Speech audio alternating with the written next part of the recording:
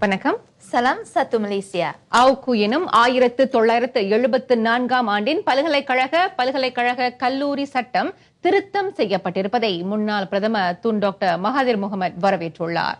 21 வயதிற்கு மேற்பட்ட மாணவர்கள் அரசியல் கட்சியில் இணைவதற்கு சட்டம் வழிவகுத்தாலும் அவர்கள் கல்வியை புறக்கணித்துவிடக் கூடாது என அவர் ஆலோசனை கூறினார். அரசாங்கம் செய்துள்ள இந்த சட்ட திருத்தத்தை மாணவர்கள் நல்வழியில் பயன்படுத்தி நாட்டு மேம்பாட்டுக்கும் மக்களின் ஒற்றுமைக்கும் வித்திட வேண்டும் என அவர் கேட்டுக்கொண்டார். இளைஞர்கள் இந்நாட்டின் வளர்ச்சிக்கு பங்களிக்க வேண்டும் எனும் நோக்கத்தில் முழுமையான ஆய்வுக்கு பின்னர் அரசாங்கம் அவுக்கு சட்டத்தை திருத்தம் செய்துள்ளதை துன் டாக்டர் மகாதிர் முகமது மேற்கோள் காட்டினார்.